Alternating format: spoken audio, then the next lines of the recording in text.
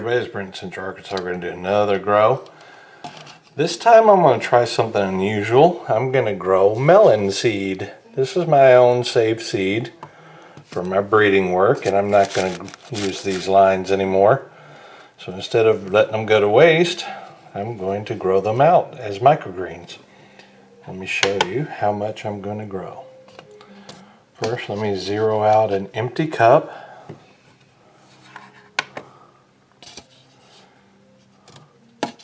You see it's 0 there.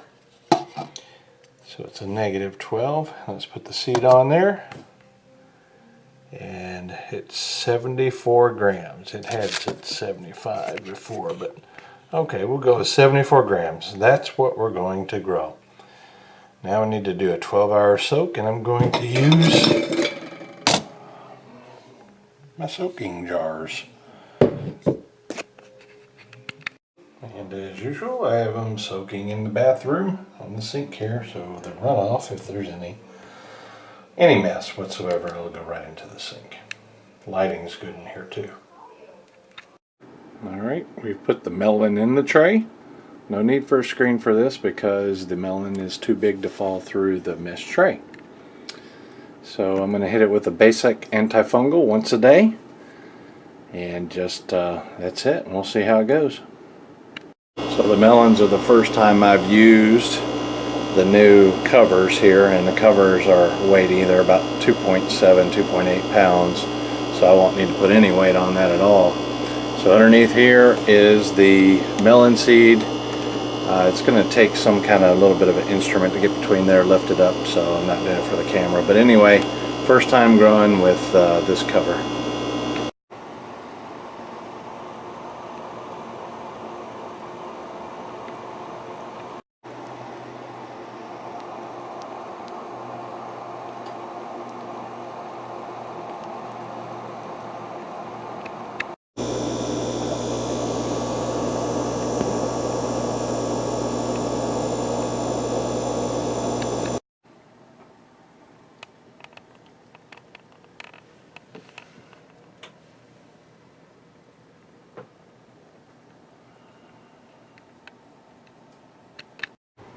Just starting to see true leaf form, just starting. So we're going to harvest this thing tomorrow and see what we get out of this melon.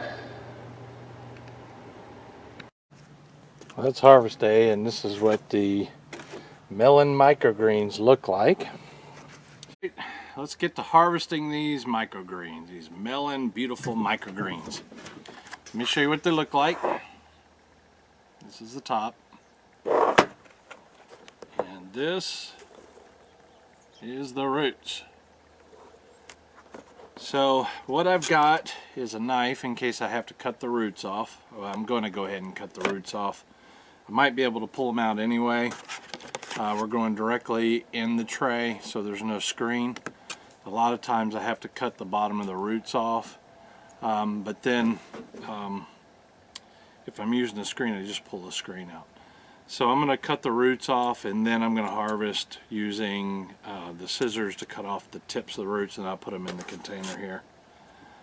So okay, let's get started here.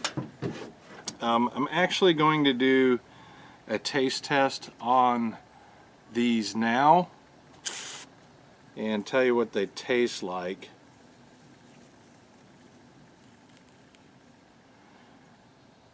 That's a microgreen. That's the size of them. My hand is 8 inches, and they're about, I'd say about 6 inches, 7 inches, somewhere in there. So I'll take a little bit of root off, toss it. We'll taste a bit of the cotyledon. That's the leaf that comes in before the true leaf.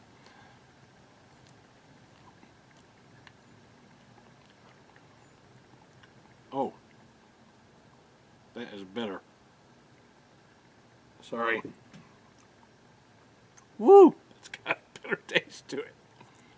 There's the leaf, or the stem. Same thing. Alright. I can tell you I do not like this microgreen. That is really bitter. Alright.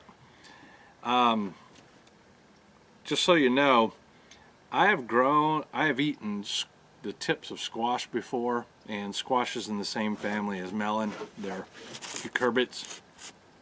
Ooh. And I've eaten those. I've put them in soup before, and I've eaten those, and they're also bitter. So I kind of knew that this was probably going to have a bitter taste to it. Let me try one over here on this side.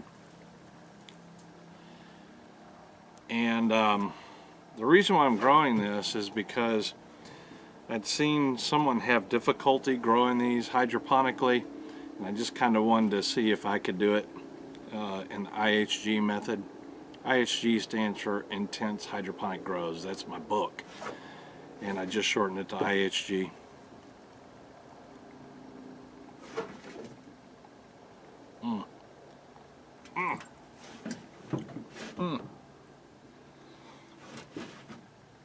I don't want you to see me spit it out. Okay, not going to recommend this microgreens, but we're going to go ahead. I'm not going to recommend melon as microgreens unless you know how to cook it. It's got a bitter taste. It's not toxic, but boy is it bitter. It's almost equivalent to dandelion. That's how bitter it is. So thumbs down on this one. But I'm going to go ahead and harvest it and get a weight on it. And this is just an example of I could do it, so I did it.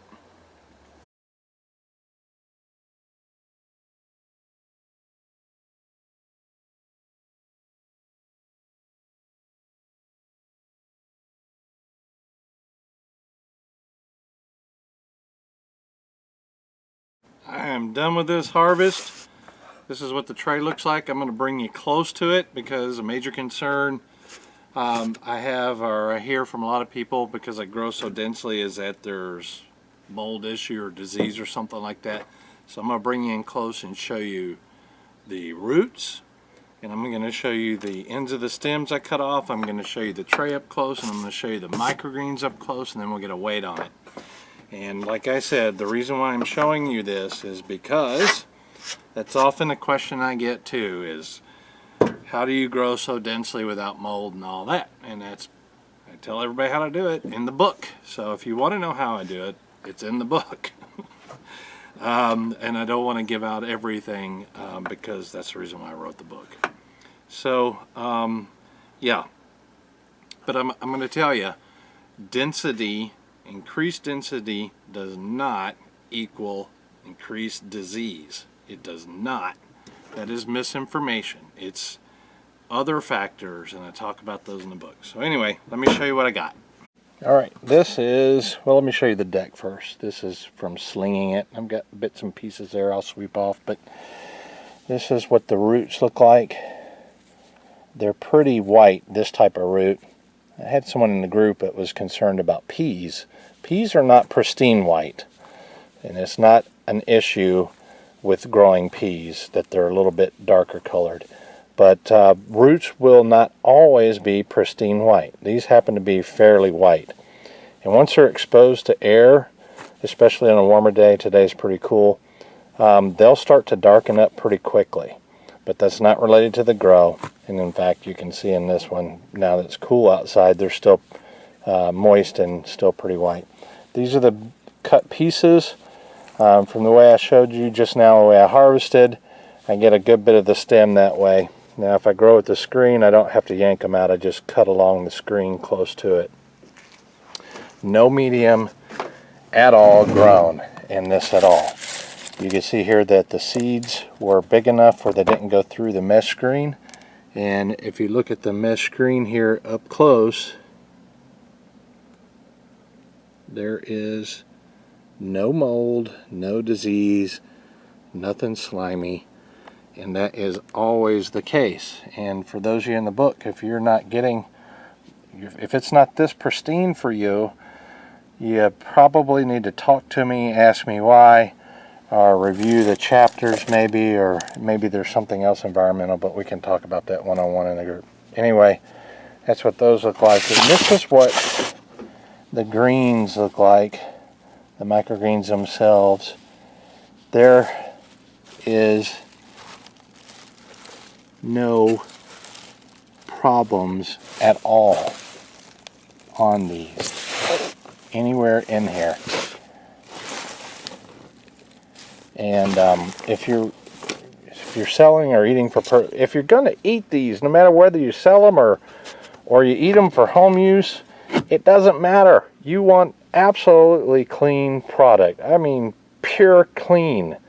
You don't want anything remotely to have an issue. Because you don't want to put it in your body, and you don't want to give it to someone else who's going to put it in their body. We're going to do this weigh in now. And the way I weigh is I turn it on. I put a glass on here to elevate it. If you've seen in my videos, I do this over and over. I put an empty tub that's exactly the same as the one that contains the microgreens to the right there. And then zero it out. It's on grams now. When I put this on top, it's going to be total, missing a couple here. It's going to be nothing but microgreens in the weight. Alright, let me get a little more centered. 630, yeah, you guys can see that. 630 grams. That is 22.2 ounces, 1.38 or 1.4 pounds. That's pretty good. It's not as heavy as some of my other grows, but it's pretty good. This is Brent, you guys. We'll see you later.